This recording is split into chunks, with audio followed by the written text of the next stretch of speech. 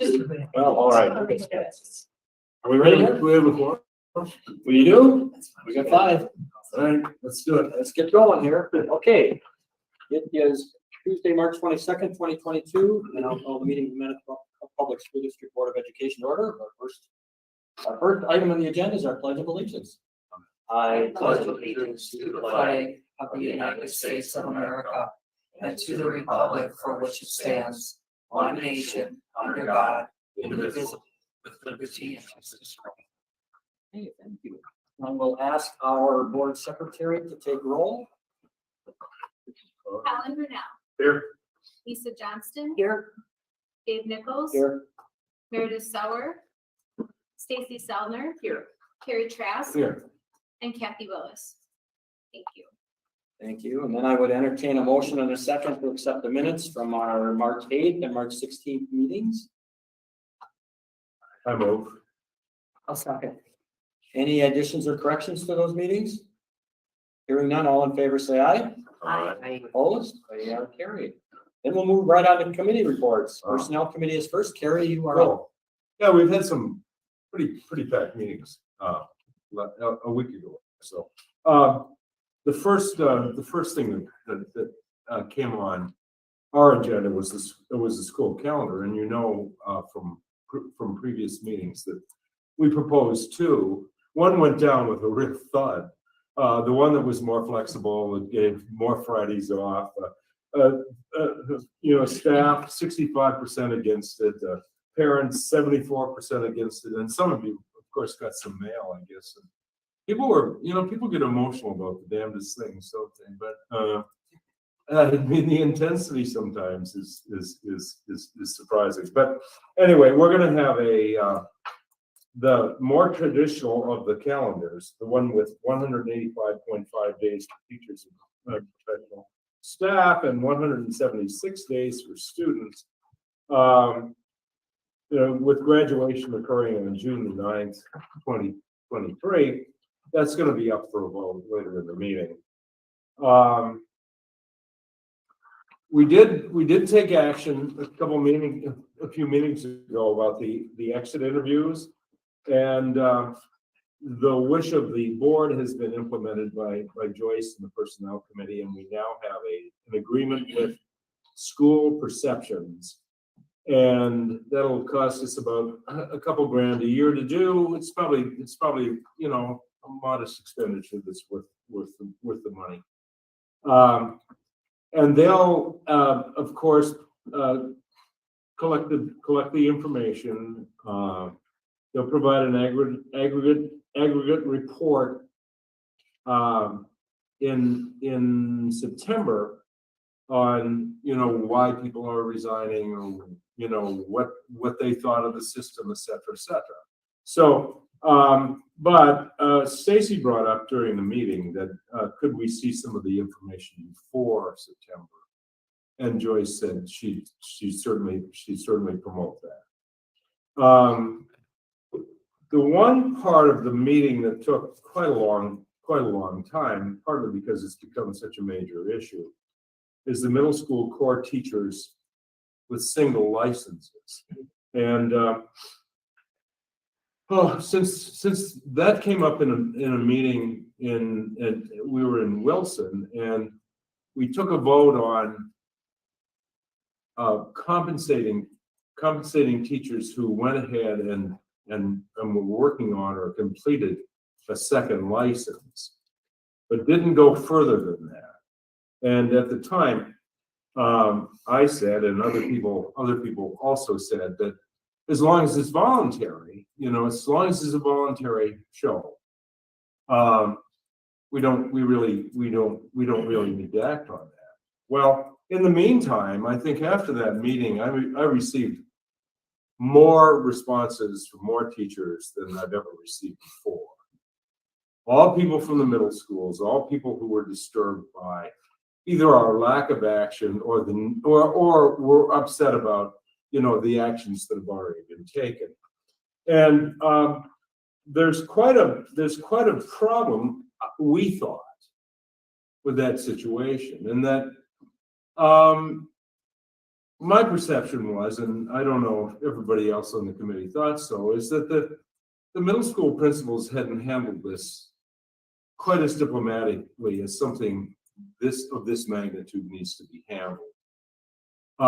So that now we really have a problem with erosion of trust. There's real distrust on the part of at least people that corresponded and called between themselves and their chief administrators in the middle schools. And there are a lot of people who really are really not only reluctant, but damn well will not cooperate with this program at this time. So I think it's partly a trust issue. It's partly a communications issue. It's partly an issue of substance. There are people who have got very, very good records in providing excellent instruction for the middle schools, who will probably leave over this issue. And so rather than to kind of take any kind of precipitous action on this, I mean, there are two sides to this issue. The superintendent volunteered to meet with the teachers who are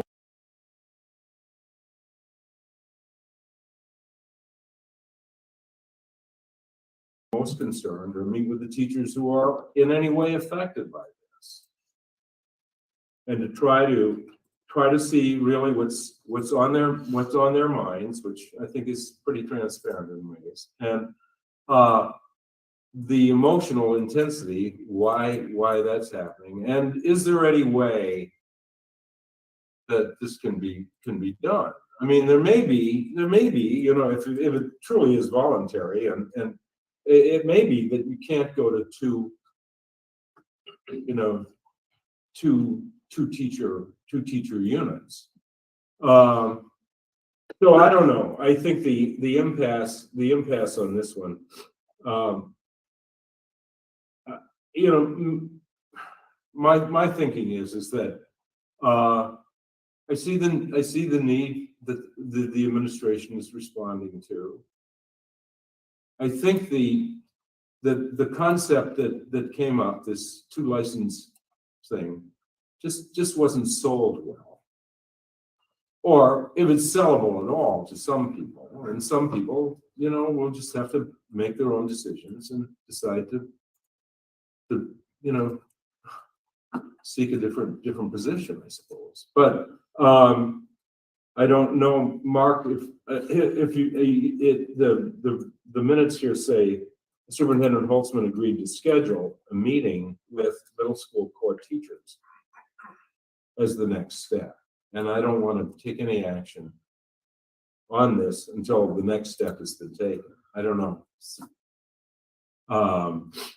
So that's pretty much my report. Are there any questions? So, you heard from a lot of the teachers. I heard from some of the teachers, yeah. So you heard from a large amount of teachers. Well, maybe 6. Okay, whatever. Yeah. So you heard from some people. We heard from teachers who were most intense about this. Okay. Yeah. And you heard that they were unhappy. You heard that they were looking to leave the district as a result of this. Some of them said that, yeah. All right. And so our answer to that was just to leave it. No, the next step is for the superintendent to meet with the teachers. Okay. So then, Yeah. with that, I guess, Mark, can I hear a little bit about the plan that you want to, with meeting with them, what's the plan moving forward to address that concern? Yeah, 2 meetings scheduled at one at each middle school. First is tonight and the second is on Thursday. And I'll exchange ideas about what ideas do they have. Listen to what outcomes that they would be looking for and see if we can come to some agreement as to how we might move forward together. I have not spoken to any middle school teachers. I haven't gone through my office, so just want an opportunity listen to what they have to say and answer questions that they might have and listen to what ideas they might have to solve where we're at. Have there been, many people that have taken that route or taking you up on the offer to meet and discuss? Have there been many? Because obviously there's people that are concerned, but I guess the concern would be, are they taking that route to rectify that situation? I haven't had the meetings yet, so the first one's tonight. Oh, so nobody, they're not saying, yes, I'll be there or anything like that? There's been no. I assume that those who are interested in having a Yeah. conversation, I mean, they know about it. I mean, I just hope that's, I don't want people to just throw up their hands and walk away. You know, that's where I'd be concerned if Yeah. they're looking to engage with the district. I can only offer, right? And I Right. mean, so hopefully people will come and I'll give a report back to, or Joyce will be there, so we'll report back to the personnel committee on what we thought and what recommendations we have moving forward.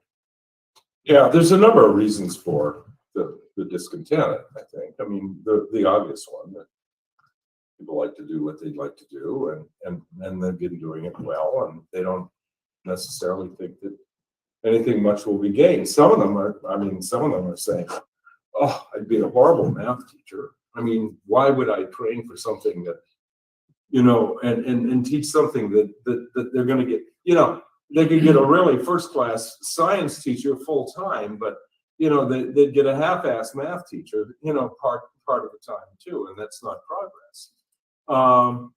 Some of them feel that they have been, number one, there's not been the kind of the candidness about things.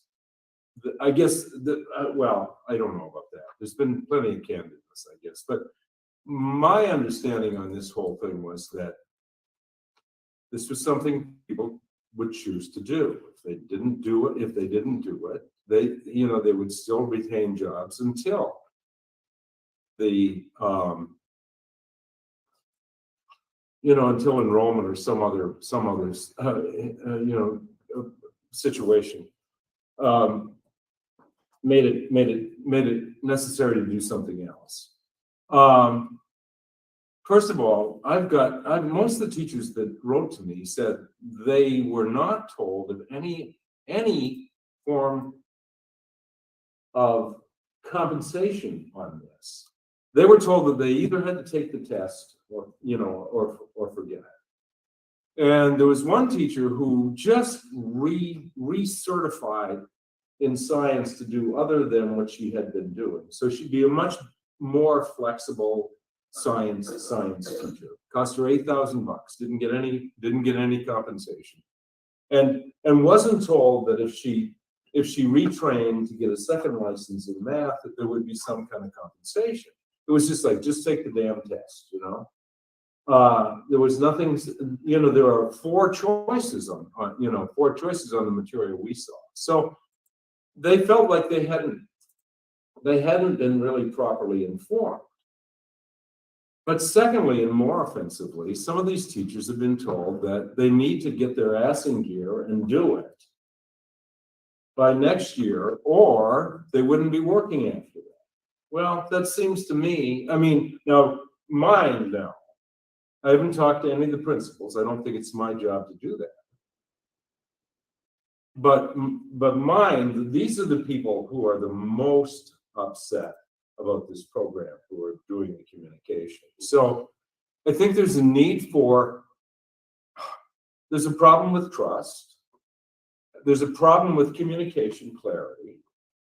And there's a problem that, what the expectations are.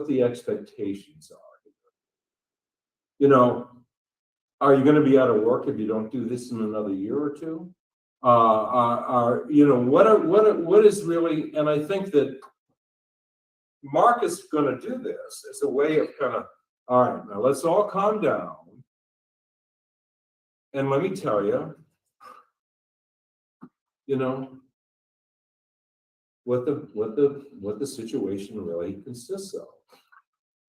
I think that's a good place. That's a good place to start. And I think Mark would be very, very good at that because none of them have bitched about the superintendent. So I think this is a kind of a local problem, which may not be resolvable, but nevertheless, I think we need to take the next step before we take another step after that. And you've offered those individuals the opportunity to discuss it tonight. Okay. The other members of the committee, Yeah, I would just reiterate, we didn't approve compensation to even be offered until I believe it was a month ago. Right, So right. to even have the conversation and to go out and spend that amount of money, assuming that there wouldn't be I mean, again, we didn't approve that, so it couldn't have been offered prior to that. And, Yeah, that's true. Alan? So I have two questions in hearing of, compensation for testing, if somebody's spending $8,000 on a test for their. No, that's not. Okay, well, I guess it's the No, the person that was the science teacher that retrained, went to summer school, did university stuff, which cost her $8,000 to do. That's what her letter said. And now, and wasn't compensated for that, and really was simply asked, was there any way she could be compensated for that, or helped at all with that? And the answer was no. And now, the question is, well, okay, now we want you to retrain so you can also teach math. Well, that's kind of a heavy lift on somebody who's already cooperated. But nevertheless, there are different ways of doing that. So. What was your other question? I didn't even finish the first one. Oh, okay. Is it standard for us to not compensate for testing? Do we compensate when somebody goes and seeks licensing for their occupation? Do we do that or not? So the district's expectation is that you will be licensed prior to being hired. And if in fact you're not licensed, the district has a salary schedule that moves people based on professional credits. But we don't compensate you unless there's some special circumstances. So I don't know this individual's circumstances, but it's possible that the individual needed to either secure licensure or chose to get additional licensure, but the district did not ask the individual to do such. Okay, so it might have been, there might be more to that, Yes. that information. Okay, and that's fair. I just want to make sure that we're asking people to get licenses. Why are we not? Yeah, so That would make sense. Okay, that's good. So then, and then the other one is why are they under the impression that if they don't go ahead with this, and this might be more of an internal thing, but if I'm hearing that from our discussions in our meetings, that if that is not being said, that if this is a at-will thing, the dual licensure, why are they under the impression, or why are they hearing from their supervision that if they do not do this within the year, then they might be seeking elsewhere? Is there a disconnect there of information? Yeah, And maybe that should maybe be bridged in some way, shape, or form? Because once somebody walks out the door, then it's tough to find those people, I would imagine. I think it's fair to say that what Carrie is responding to is the people's impressions of what's happening. And those are real interpretations of that information. That's not the intent. And so part of my role as I communicate with people is to make sure that they understand the details and the facts about, what the compensation serves, what the intent is. But the intent continues to be to give teachers the flexibility so that if a time comes where there is a difficult decision because of reduction in staff, that they will have the ability to choose to stay in their building. Without flexibility, they won't. And so that's what the conversation comes up. So the conversation is saying that without the flexibility, they won't be in that building. Not necessarily. No. That's Not at what I all. just heard. I'm asking. No, he said the Not opposite. at actually. all. Yeah, so So what I'm trying, what happens is that the more certification you have, the more likely, the more flexibility you have and that to stay in the current position you're in. The less flexibility means that if there is a reduction, we have to find something that's different than what you might currently be doing, right? So again, that's the conversation that I'll have tonight, and I know that's the conversation that our building principals had. But obviously, in some cases, the interpretation of that was different than what we had anticipated. So we're gonna try to clarify some of that, get some feedback, and talk about it. And this is maybe more of an internal question as well. Do they have regular meetings, like monthly meetings, where they, I guess, come together, discuss things, and this could maybe have been one of those topics that is continually discussed in their breakout meetings? I'm confident that this topic has been discussed multiple times, and we're at the level where of the, I don't know, I'll throw out a figure, of the 50 middle school teachers from grades 6 through 8, they are aware of it, and there are 6, I think, that we've heard, or the board has heard from, or so, that are not happy with the decision or the strategy moving forward. So we're now going to reach out to those folks, give an opportunity to talk. Okay. Okay, That's it. that was a pretty lengthy report. That was, wasn't it? Yeah, I well, it's move a we pretty accept the complicated personnel issue. report. Yeah, okay, do we have a second? I'll second. Any discussion on the personnel report? Just don't call on me for that. All in favor, say aye. Aye. It's okay, thank you. No, that's good discussion. All right, are we gonna have a report on the joint personnel and finance? Is there something that's coming out of that, or is that just? Yes. It was all closed. Something's coming up though. It was, okay. So do we just need a motion and a second to approve the minutes then? Okay, Yes, motion, I will. second, I'll second. any discussion? All in favor, say aye. Aye. Opposed? Okay, then, Kathy's not here. Is somebody gonna report on finances budget? I will. Okay. Minutes can be reviewed in the board book. So refer to that. We will be voting on, later in the meeting, voting on accepting the student accident insurance Oh, and accepting the splash donation. So, So that'll come out of, okay, that'll Yep. come out of those two, you had 2 meetings, right? Yes. Okay, Mhm. the fourth and, okay, any other questions for Lisa, who's taking Kathy's place? Otherwise, I'd entertain a motion on something to approve the minutes from those 2 meetings. I move. Second, any further discussion? All in favor, say aye. Just give me. Aye. We move past. Okay, and curriculum committee, Meredith? Yeah, so you're gonna see, coming up in new business, discussion about out-of-state travel, regarding, one of our athletic teams. We also had a good discussion, between Jason and Lori and Pam about, compacted math and a plan moving forward, which the committee, accepted and gave a thumbs up to move forward. So compacted math will still be in middle school.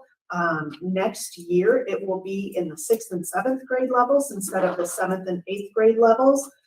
The math teachers across middle school and high school believe that that would prepare the students best because their 8th grade year, they would be having algebra in order to prepare for those upper level math courses moving into Lincoln. So it's a good and positive discussion.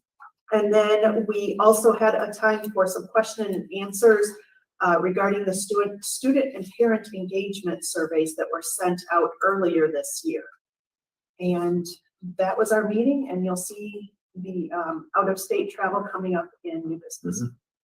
Any other questions for Meredith? Hearing none, we need a motion and a second to approve the minutes from that March 17th meeting. I'll make the motion. Second. Any further discussion? All in favor, say aye. Aye. Opposed? Okay, then we'll move to the report of the superintendent, and then we'll move right to Joyce with the, I believe we have a personnel report and an addendum that was sent yesterday. So in board book, there would have been the original personnel report from Friday and then an addendum that was added yesterday. I think Lori also emailed all of you to let them know that. I also sent an email to the board on Friday, I believe, regarding some of our teacher resignations or retirements, so hopefully you saw that. Any questions I can answer at this point? Any questions for Joyce? I have a quick question. Yes. The individual in the addendum, is that replacing the individual at the top of the first report? Yes. Okay. Thank you. All right, I would entertain a motion in a second to approve the personnel reports. So moved. We have a second. So, Any discussion? All in favor, say aye. Aye. Okay, then we'll move to superintendent. You're gonna do school culture, student behavior update. Yeah, just wanted to continue to provide the board some updated information on what we're currently doing and what we're planning for the future surrounding our student behavior and our culture. On March 11th, during our in-service day, we had a couple of different trainings that went on. The first training is we had over 100 or so paraprofessionals who trained very specifically surrounding compassion, resilience, maximizing adult supports, and then they did some breakout groups specifically in their grade bands on 4K through 5 and 6 through 12 for a full day. And I'll let Joyce and Joanne kind of probably share during their superintendent director's report next time, but definitely some great feedback that we got first and foremost from our professionals and the opportunity for them to be involved in training and how to support students. You know, our goal continues to be to provide the strategies and resources for our staff so that our students are engaged and do feel safe and welcome and are able to solve some strategies of stress that are happening in our buildings. So we provided a great day. We partnered with our CISA and they helped with that training, as during that day, there's lots of different trainings going on with our staff. I guess I would also say that at our building levels, we continue to do our verbal intervention training. So if you remember back in January, we had a full day where we did some verbal intervention training. And so we had 30 individuals who were trained as trainers prior to that day, and they are then working with our buildings at their staff meeting and basically going through scenarios that our school staff can use when working with de-escalations. And so again, depending on the grade band and grade level, I say grade band, if it's, you know, kindergarten first, if we're talking about grade level, meaning elementary, middle school, high school, there are situations that are different that are responsible for each. And so they work in small groups, talk a little bit about what those look like. The people who did the training are the ones putting those on. And we continue to just want to make sure that we're touching base with this verbal intervention training so that our staff feels like it's something in the back of their mind that they can use strategies that they learned back in January and keep that fresh in them. In addition to that, on March 11th, we had about 20 of our professionals go through a overview of a organizational process that supports schools called Safe and Civil Schools. And at your desks, you have two handouts that Safe and Civil Schools provided to us. One is kind of the overview of the day and just you know, some things that we talked about. And the second is a triangle of what we call a multi-tier interventional support system. To kind of give you an idea of what we're looking at a system that would be universal. When I say universal system of support, what I'm talking about is something that is embraced and trained and supported K through 12. And so we would use common language, common terms, and have common evaluation tools. A good example of a universal system that we have in place is our I Love You Guys safety training. So the I Love You Guys has a model that is in place for multiple different tiers. At times you may hear that we're in a lock, we're in a hold. Sometimes I'll send out information to you because there was something serious, like this building did something. So for example, last week we talked about the K-9 unit that went through Lincoln High School. Well, they go into a hold.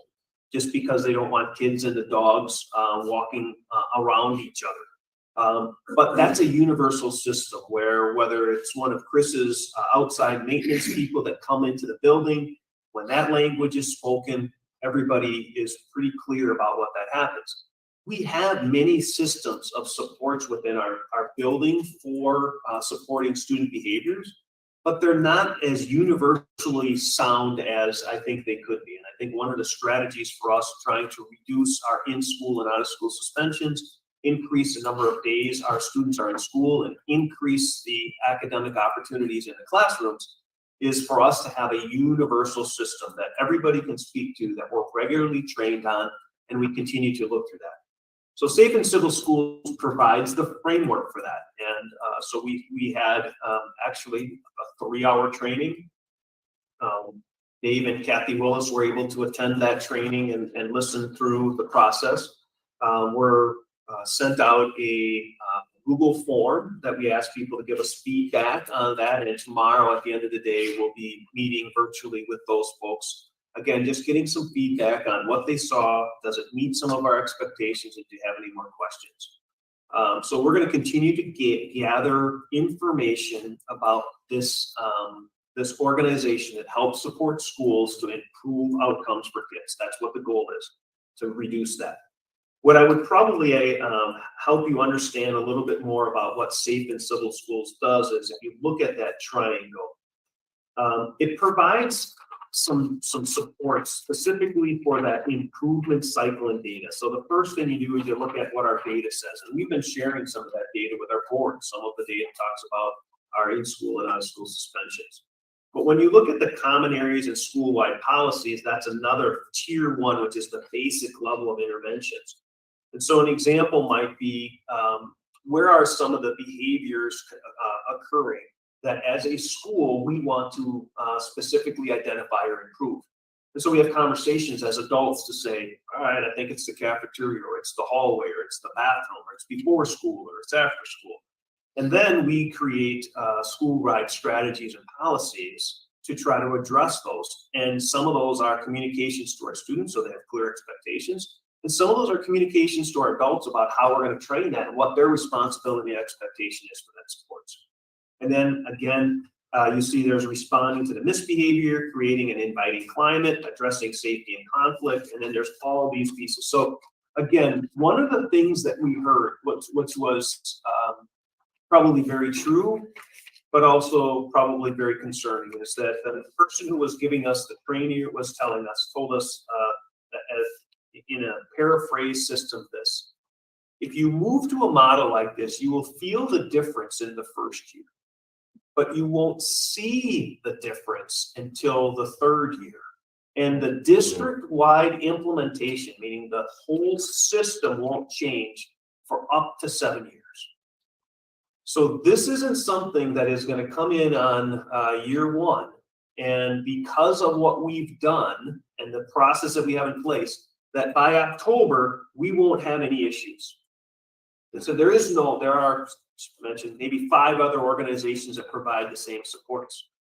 But your systems need to be regularly implemented and regularly continued and regularly looked upon in order for you to have a system-wide change. And I think all of us were thinking, well, that makes sense, right? If we talk about what we're actually doing is changing behaviors, right? And it takes time to change behaviors. Some of those behaviors we have to change our students, and some of those behaviors we have to change our adults. And so those are things that we have to do. Having said that, I'm confident that that we will continue to have some feedback and really identify some of the strategies that we want to improve. So I just wanted to give you an overview. We've done a lot of things since the last time we talked about.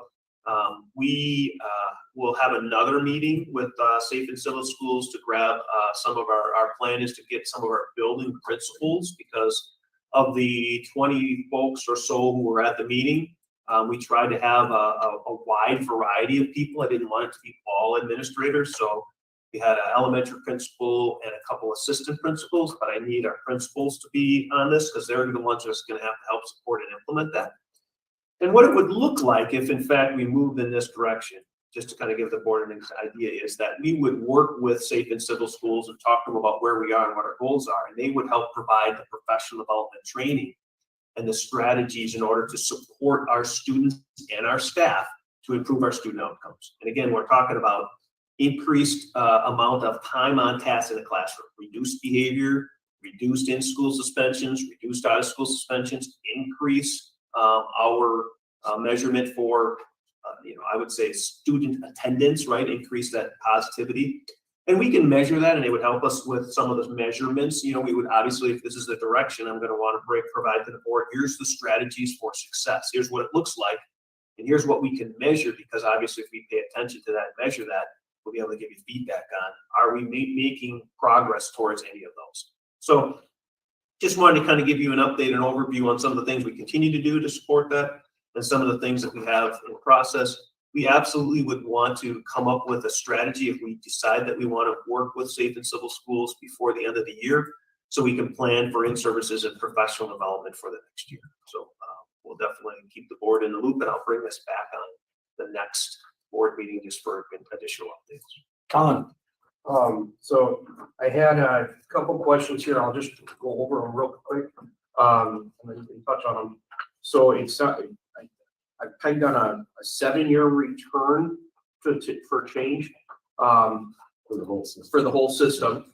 And I was wondering if there has been discussions for plan for interim during that time as this is being rolled out in response to the reason we are engaging with them. I'm understanding that we are not currently in contract with them or have established partnership. But I was wondering if there is a number that is associated for the cost for that partnership that has been established yet. Yeah, that's just those. Right. So again, I want to rephrase this, and then we're talking about scenarios, but the language that our trainer shared with the group, and maybe if I'm misinterpreting that, people who were at that meeting could help me. You will feel the difference in year 1, right?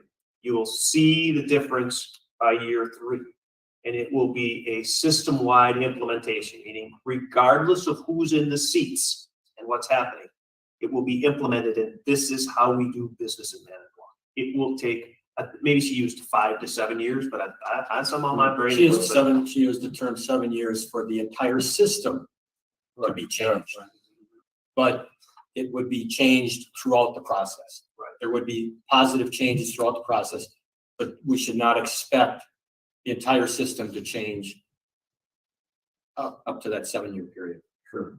So Maybe you could do it incremental. incremental, yeah. Right. Yeah, and we would definitely work with our teams and their teams on creating benchmark statistics for goals for improvement. So that would be the answer. The answer to your second question is we have not established a contract, with them. The contract would be, first, we haven't determined for sure that that's the model we're going to use, and that's why we're getting feedback, doing a survey, getting some people, talking to our building principals second. And then the amount of cost is based on the amount of professional development that we need them to implement. And so that would be a negotiation kind of piece. Like they're going to come for, let's just say 5 days throughout the next year for 8 hours a day, it's X. If they're going to come for, that's the kind of thing that we have to negotiate. Yeah. So who is Safe and Civil Schools, and what's their track record? Do you know other school systems that have used them? Yeah, the closest district to us that have used them is Howard Swamico, which is Bayport High School Okay, yeah. and Howard Swamico, and they've had a positive. We've talked to them, and they You like talk to them. they like what they've done. They're a national organization that has, if you Google Safe and Civil Schools, you'll see all kinds of things nationally. It has research-based processes. They've been working with schools and other public organizations, hospitals, etc., since about 2010 Hospitals too. in their organizational supports development. Yes. Okay. And they don't just work with schools. Okay. So they're professionally trained people with you know. Very professional, right? The They've person we had a lot had of experience. was extremely professional. This is what they do. They help schools improve student outcomes. Specifically, if you look at the top paragraph on this Safe and Civil Schools, managing student behavior is easier in theory than application. Like, this is what they do. They work with schools and organizations to support that. Mark, what were the options, if I may ask? What were the options, meaning? Meaning, like, were there other choices to a program like this, or this kind of a limited? This was the beginning. This is the beginning of this. So this was the first group we went that Yes. presented. Okay. Yeah. So We haven't- Oh, okay, I don't think Mark has gone to these other organizations. She mentioned that there are others that do similar so work. there are, okay, But this was the first one. okay, So there may be others there might be better out there, yeah, that's what I'm wondering. but is we don't know that yet. This What are the was, other options? this was the start of the Okay, I got it. Yep. process to look at bringing in a group that will help change the culture. Sure. Well, I really like this whole approach. That's, you know, sort of rather than the easy fix, you know, like be hard ass and, you know, expect results. I mean, this is really a smart strategy. Right, so a couple of, there are systems that either the Manitowoc Public School District have had or others have had that likely you have heard of. Stoic is a help support a system. PBIS, Positive Behavior Intervention, is something that this district has taken pieces and parts of over the years. And that's a model that is generally an elementary school model. There's, you know, we have some school districts that grabbed onto in our region a philosophy. So Kids at Hope is another strategy / philosophy that talks about how to help support students. ACEs is another model that people have. This one is really focusing more on the framework and not the philosophy, so to speak. So some of those big pieces can work through that philosophy. But we will, I guess I would say this. Myself and some other people who work specifically with behaviors have looked at a few, and this is the one that we think is something that was worth continuing to investigate. So I brought those 20 folks together. We'll get some feedback from those people. We'll also continue to have conversations with some of our building principals, because obviously they're going to have to be key stakeholders. And if in fact the people are comfortable, then we will look towards this model. If we say, you know what, I think this isn't what we want, then we'll look for another model that would help support us. Okay. Another thing that I had a question on is timeline and benchmark dates as far as maybe decisions for the program, when their expectations of rolling out, etc. Do we have some timelines to some of that? Yeah, my goal would be that we would have a decision clearly so that we can make plans by I'd say middle to end of May as our late time, because we want to be able to provide professional development throughout the next school year. And we may have some summer things that we want to do. So we want people to know about it ahead of time. So the process and planning is to continue to reach out and get information, talk to more folks about it. If we decide that this is something that we're very interested in and want to continue, then we have to really share with them, like, this is where Manitowoc is. This is what we're currently doing. Help us understand where, for example, verbal intervention training falls into this model. And what about some of the raw screen stuff that we're doing? What are we going to stop doing and in order to implement this? How do we make this something that is a systematic? And that's what they do. But that's the process. So then we can come back and say, here's the resources that we have to earmark for this as well. And, you know, all those come together. So I will continue to provide updates to the board, but right now, you know, we need to leave the school year with a plan. And although I know that there's a lot of time moving forward, you know, we're in a 2-month window, I would guess, to make sure that we have a plan in place. And so we're simply at the discovery stage right now, with a goal of May to have a decision to move forward. Well, you know, tomorrow is a meeting to receive the feedback. That could accelerate the process or decelerate. But that's the next step, is that meeting tomorrow. is to, and that came shortly after the meeting, the meeting only was held a week ago, so it's being moved quickly, but we'll see what the feedback is. Right, obviously, if we don't. If we gotta go to decide another- we don't wanna go with it, well then, we Yeah. gotta go with a different route. If we go with I four understand different that. groups, it'll Right, take yeah. a lot longer. Hopefully that doesn't happen. This was a good start. So are there any political time bombs in this? I have not seen any. Okay, there's not been any reactions in other places to this approach or this specific group. Really, our goal is to improve student outcomes through, positive interactions Yeah, and it's support from systemic. staff. I mean, Right. really, it's a good idea. I searched through their website and did, Google search, finding reviews and things like that. Nothing popped up. Okay, all right. Nothing jumped out at me. Not that, No Political inappropriate time Facebook bombs. posts, things like that, prohibited, but, So, Be nice. but, not I have don't to deal know. with that. That's where we're at now, so. Okay, Any other questions for the superintendent? that's good. All right, move on. I don't have any unfinished business. New business would be the item brought forward, the school calendar. Yeah, Personnel approved that, so we're in the discussion stage. Everybody should at least have something in front of them. Are there any questions on the 2022-23 calendar? This is similar to what we have, right? Again, that's what we decided. Yes, I would just make one note that the 22-23 calendar does start school on the 29th. mhm. And I would need to get a waiver, of which DPI says we can get. And the reason why we're asking to do that is because the 29th is Monday, and we would prefer not to wait until Thursday of that week to start. This gives us some flexibility. We did that this year. We did, yeah. So that is now a very popular model. I'm not sure the legislature is gonna release the local authority to start school when you want, but the DPI said that they would give us a waiver if the board agreed. I see you did have a Martin Lutheran King Day. Martin It's Luther. on a similar day as a. Is it? Martin Luther. Really? Yeah, maybe he's a Lutheran. I don't recall that he was a Lutheran You don't know. minister.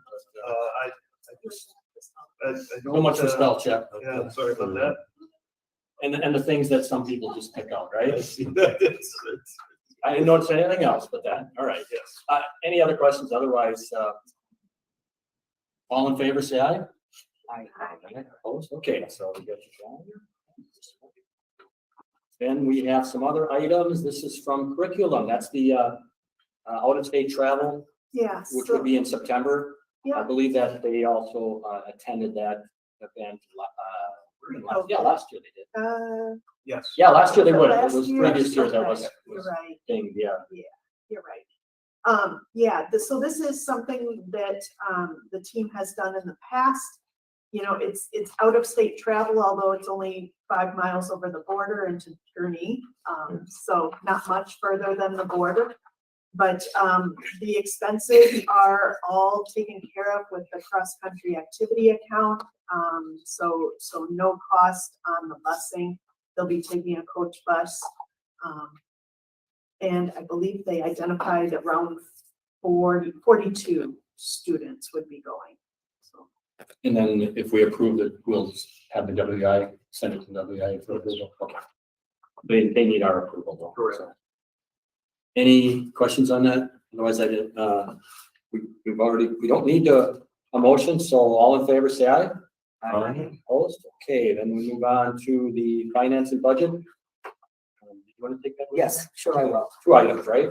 Yeah, One is accident insurance and the Winter Miracle Splash donation. right, so I would look for a motion to accept the student accident insurance.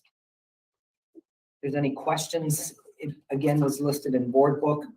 The student accident policy covers student accidents occurring in the Manawha Public School District, except for accidents occurring during participation in grades 9 through 12 interscholastic sports.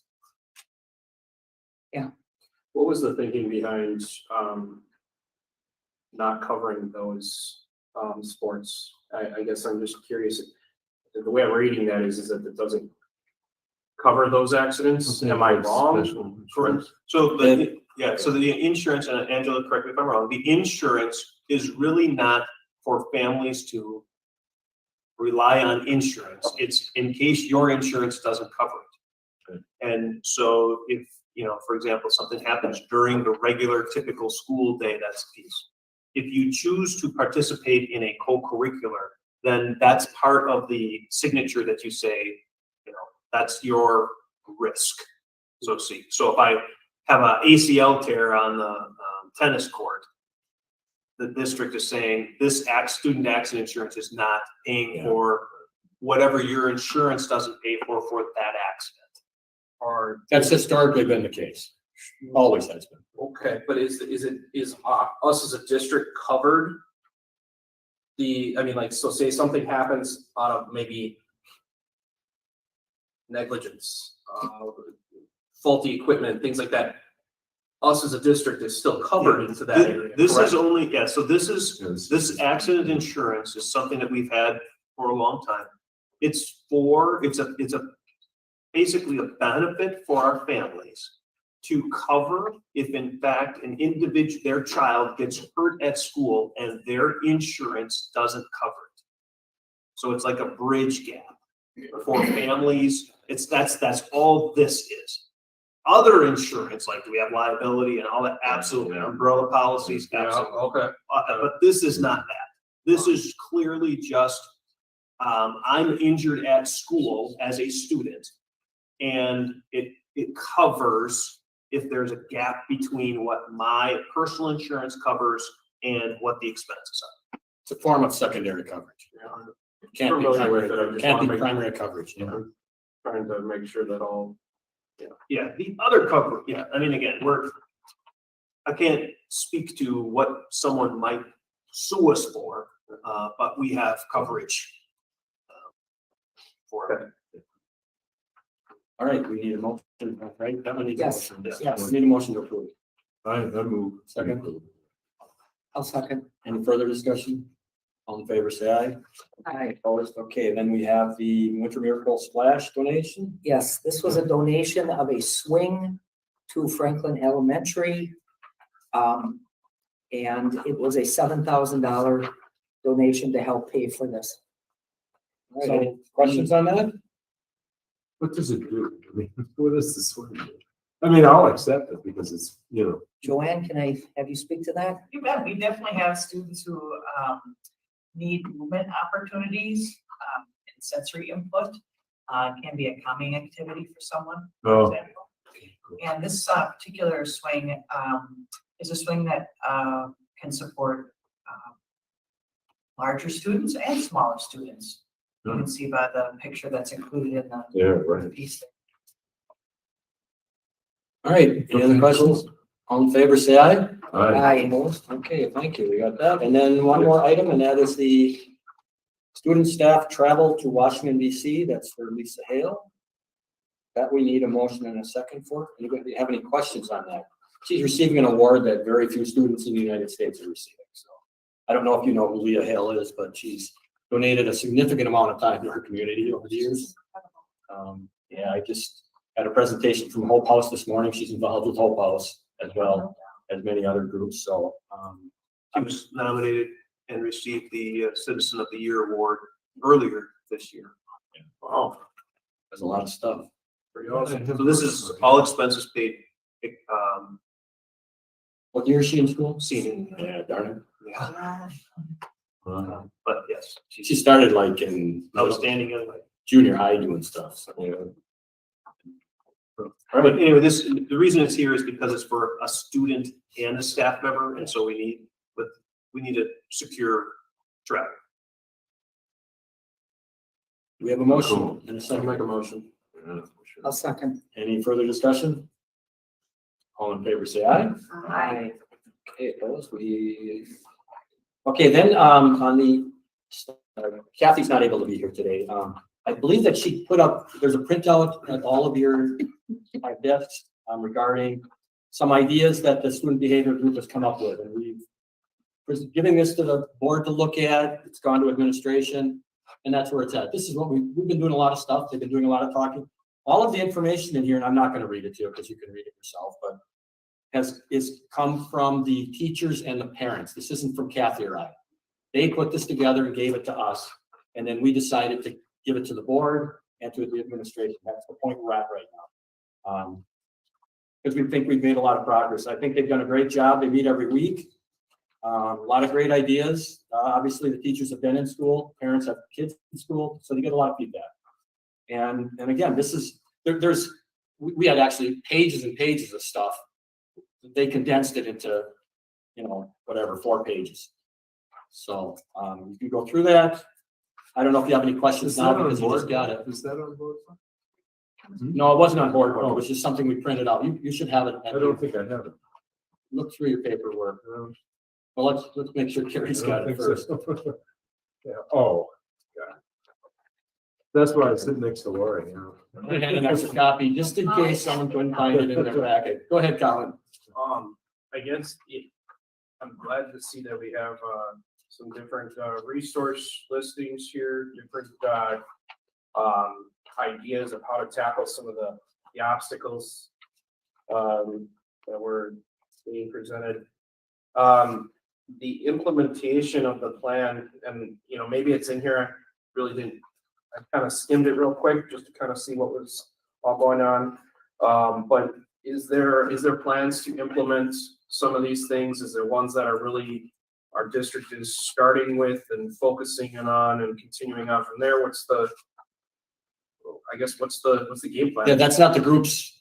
The group doesn't have the authority to do that. Right. I'm aware, but that would I know be, that would be, yeah, superintendent, he's probably aware of. that'd be the board and the administration. That's where that's at.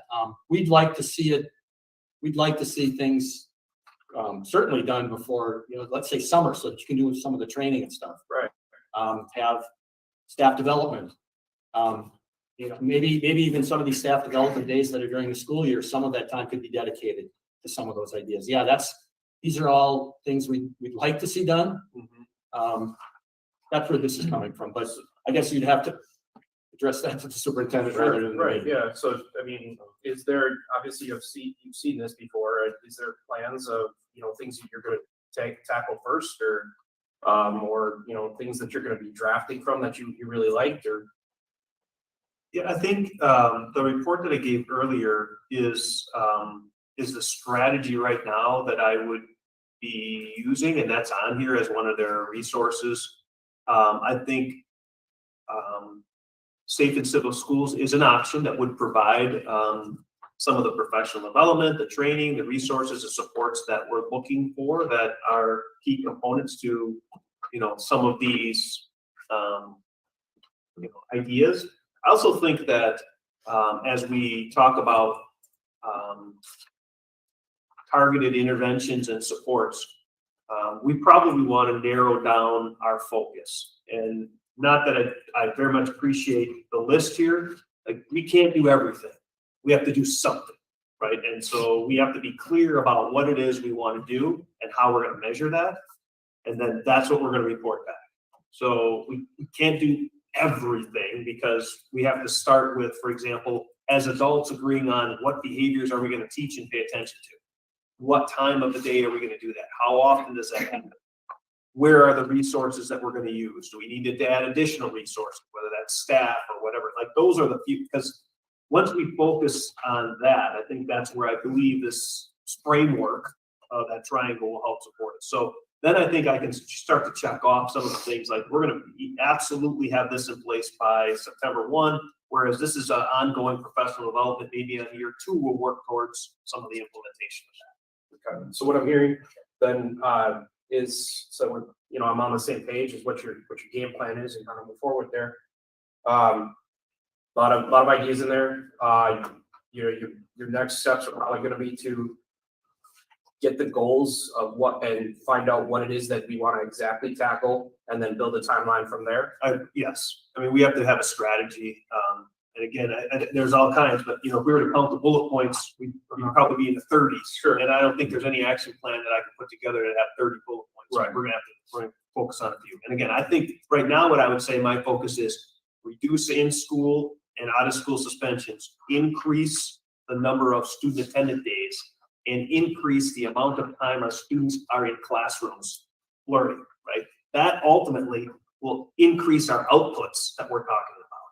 But that's easy for me to sit here and say, well, we're just gonna do that, right? And then we have to work on a strategy system-wide to improve that. We know right now we can say, well, we've definitely got to have a plan to do some kind of orientation / engagement with our 5th graders and 9th graders, right? Based on the data we saw, our 6th graders are struggling right now.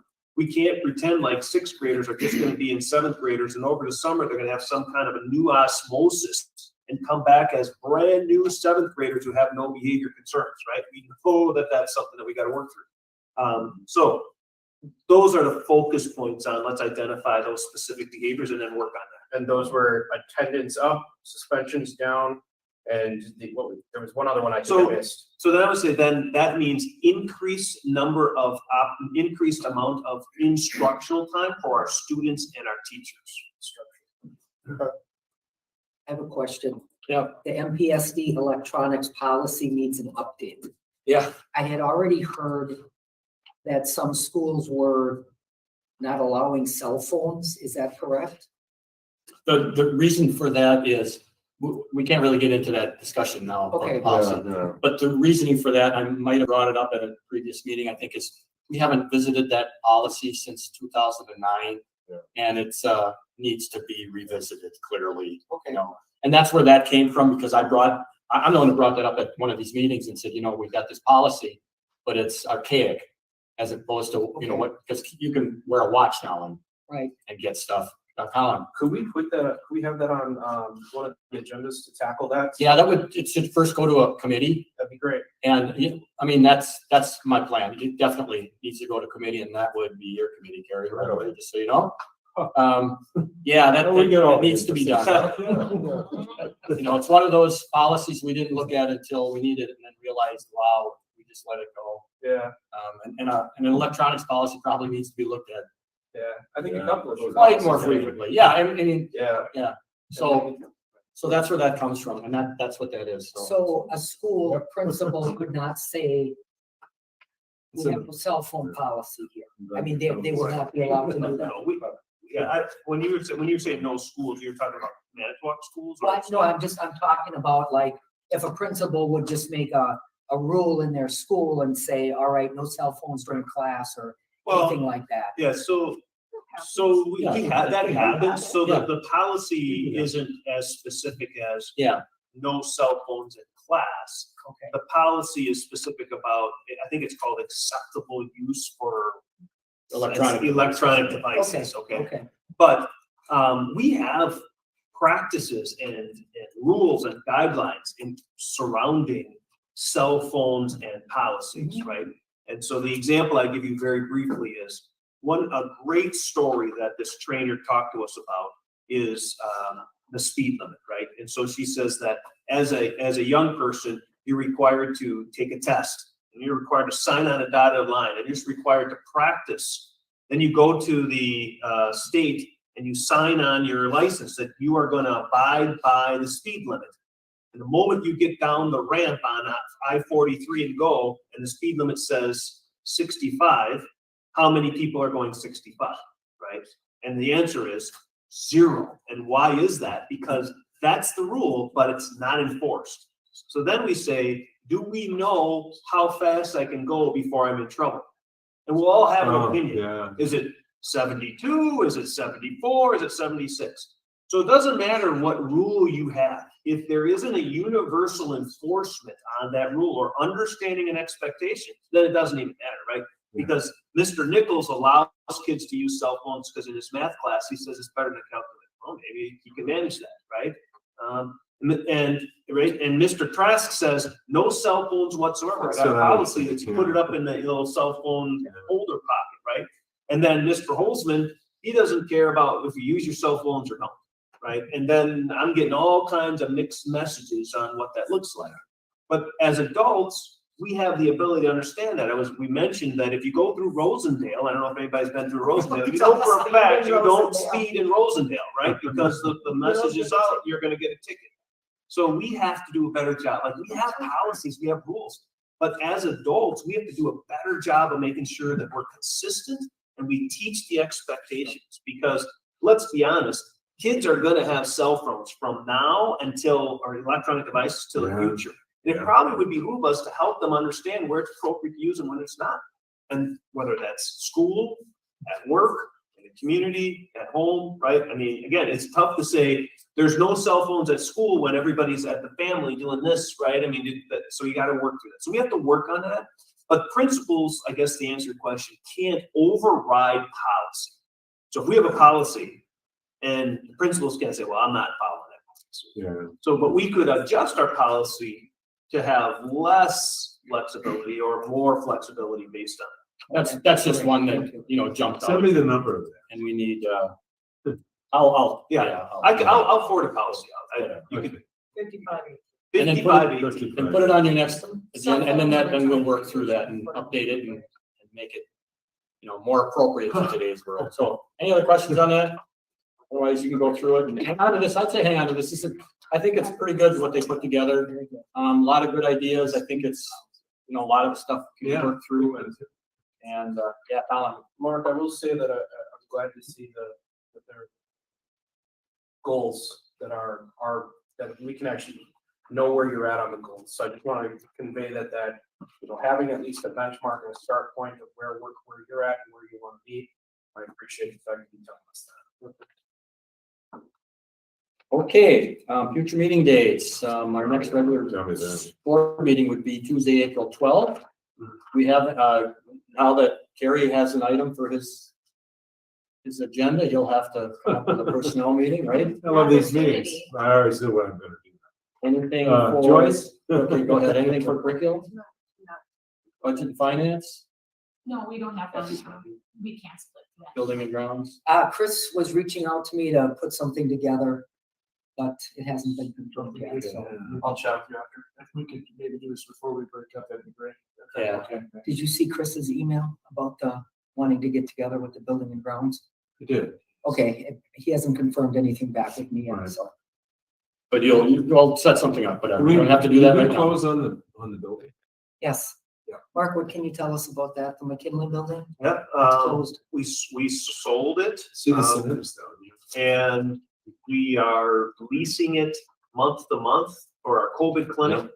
And we'll likely be out of there by the end of May, to be honest with you.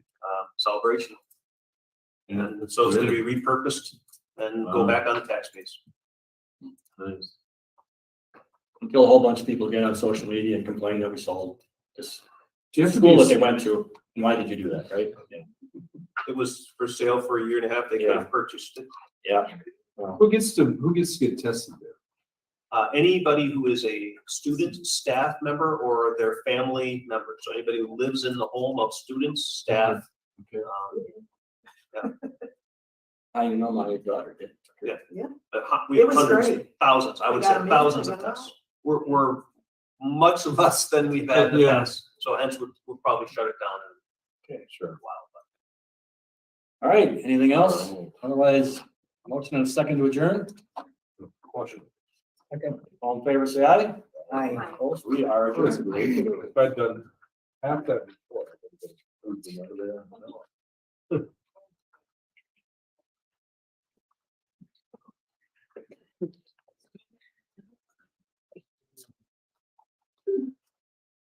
What are we meeting for?